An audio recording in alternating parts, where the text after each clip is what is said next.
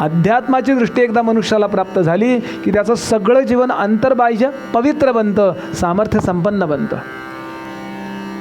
असा अध्यात्माचा वेळ वेगळा आणि प्रपंचाचा वेळ वेगळा असं नसतं. गोंदवलेकर महाराज म्हणायचे, अध्यात्म म्हणजे घराच्या छपरासारखं असतं. त्या छपराखाली सगळ्या खोल्या येतात.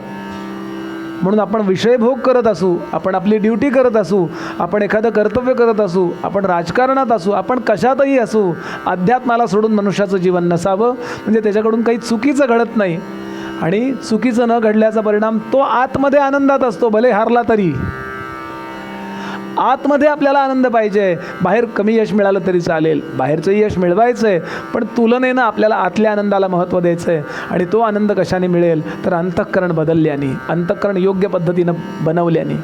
पतित पावना जानकी जीवना, वेगे माझ्या मना पालटावे.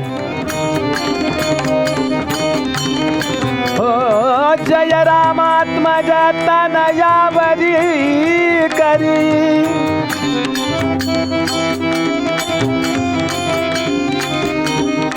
तनया हे जय रामात्मज तनयावरी करी, सुख कर कर सावली.